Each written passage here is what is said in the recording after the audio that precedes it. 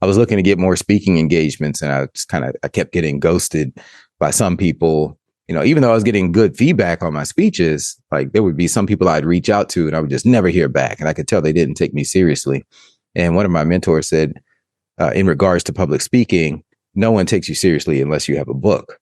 And it was just the right words at the right time that just triggered me.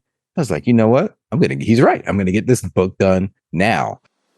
Welcome to the Kingspiration Podcast. This is the place where you'll learn how to get unstuck and gain momentum in your life and business. Each week, we tackle the real aspects of entrepreneurship, personal development, relationships, and fitness. I'm your co-host, Ethan King, from Atlanta, Georgia, USA, entrepreneur, TEDx speaker, and best-selling author of Wealth Beyond Money. And I'm your co-host, Justin King, no relation to Ethan, from Cape Town, South Africa, entrepreneur, speaker, and business growth strategist. Our journey crosses continents and cultures, sharing wisdom and experiences to propel you forward. Welcome to Kingspiration. Let's start the conversation.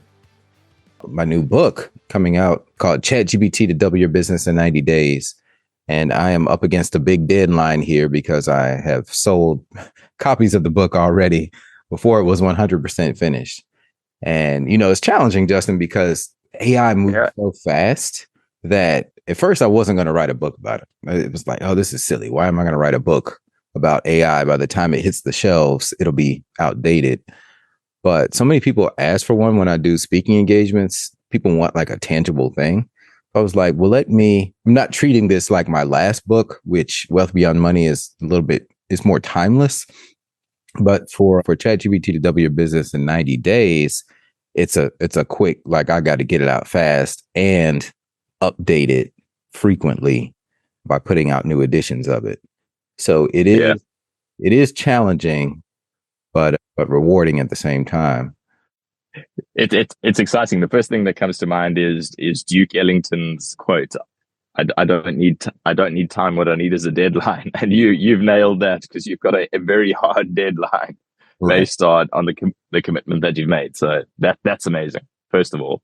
And then, we started chatting about the process that you're following. And I'm really interested to hear what your process to writing books is. So that's maybe a starting question. And then we can go into the nuances of that when writing, like you've said, about a topic like AI, which is literally what you have penned today may be outdated tomorrow. It's changing that quickly. And I've got some interesting thoughts around, how that translates to knowledge in general and how people sometimes actually just need the early starting steps. So how quickly it's changing might not actually be that. It's possibly not a train smash, let's call it that, for certain people, because they just need to get started. They're not using it in any way, shape, or form. In that context, and maybe that is a good point to start. How have you managed putting your thoughts down and then thinking, is this going to be relevant in 3 weeks' time, a month's time, 2 months' time? I would start with an outline, and I do like comedians do, and I test my material. But I test it when I'm speaking, when I'm doing, keynotes and workshops, and I can tell what resonates with people, which moments are people like, oh, wow. Like, what are those wow moments for them? Like, oh, I totally didn't know this. And that can go in deep on those areas. And then the ones that, maybe not so much, but I get to test my material and see what needs to be tweaked before it ends up in the final book. And then that talk in my slides are kind of an outline for the book as well. So that's the first thing I do. If I have something that I want to get out into the world, I'll do it as a speech first and then get that feedback from the audience and continue to do it a few times. But then it ends up being an outline in Google Docs. And then I just kind of flesh out under this part, what are like the three main points that I want to get across under this? And then the three main points under that. And then I just continue to flesh out each one of those thoughts as I go. And what I found is that sometimes it's helpful if I do it while I'm out and about. Like, let's say I'll be on a run and a thought will pop in my head like, oh yeah, I need to include this in the book. It needs to go in this chapter. I'll just whip out my phone, go to the Google Doc and do a voice recording and just get my raw thoughts down in there. And then when I get back to my computer, it's going to look like garble because, all the noise outside and I'm just rambling into it, but then I can just clean it up. But at least I won't have let the thought escape me. So I just kind of do that over and over again. And, some people have the approach, the time management approach of setting a block of time each day to work on the book. I wish I were that disciplined, but that's not really my style. So sometimes I'll just pull all-nighters or, work till 3 a.m. or get up early in the morning. It's kind of random, but I just look for any chunk of time in my calendar where I can sit down and plow through it and get as much done as possible. And generally, how long would a process of writing a book take you? It's hard for me to say because I start so like Wealth Beyond Money. I had an outline sitting in Google Docs for 8 years. And it was just like, oh, one day I'll write this book. And then it wasn't until, 2021 when something like just lit the spark under me. In fact, it was one of my mentors.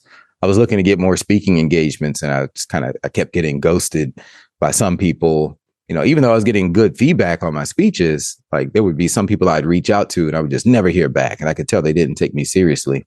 And one of my mentors said, in regards to public speaking, no one takes you seriously unless you have a book. And it was just the right words at the right time that just triggered me. I was like, you know what? He's right. I'm going to get this book done now. And it took about 6 months from that point. But so I took that 8-year outline and ignited it. And I just got it to market as fast as possible. So from that moment until launch was about 6 months. Okay. And that's interesting because I've heard people speaking about a book also being the best business card you could ever have, to the point that you've just mentioned. And did you see was there a big switch in the credibility or how seriously people took you thereafter? Oh yeah. It was almost immediate. It also helped like hitting bestseller status and things like that. And I did hybrid publishing. So I hired a publisher to help me promote the book and edit it and all that kind of stuff, which I recommend. You could 100% self-publish, which I may do for this first edition. Well, I know I will do it for this first edition of ChatGPT to double your business in 90 days, just for speed to market. Like I got to get it out there. So after writing it, have someone edit it and then, cover design and then get it out. But with my publisher, there were several rounds of editing, several drafts, had a team of advanced reviewers reading the book. So it took longer, but it's a bit more polished. So this one has to be fast given the nature of it. So, forgive me if you see a typo or a comma in the wrong place, shoot me some mercy. But at least now, we have AI to help with that, where I didn't have that with my last book. And it makes it real. It makes it authentic. And I appreciate your thought process, your intention behind this book. Because we often hear of some of the, I'm going to say, the best sellers who've gone on to sell hundreds of thousands or millions of copies, and they've crafted a masterpiece over years. And I think there are different types of books, and there's different intentions for the books that people write. And to your point of what you were saying earlier around credibility and using it as a business card, it's also not an excuse to put out a piece of shit. Right. It's still got to be of value. It's still got to be well written. Somebody needs to pick it up, read 10 pages and be like, oh, that's interesting. I got a nugget out of that. And I think that's always what we've got to keep in mind. It's not a case of just having a book. It's having a book that gives people value. Yeah, for sure. It's all about the value at the end of the day. I've actually, there's some New York Times bestsellers that I've read that have horrible grammar, but the value I've extracted from them is it changed my life. So, you got to look past that. But you asked earlier if it helped, it's like the big business card, it helped land speaking engagements and things like that.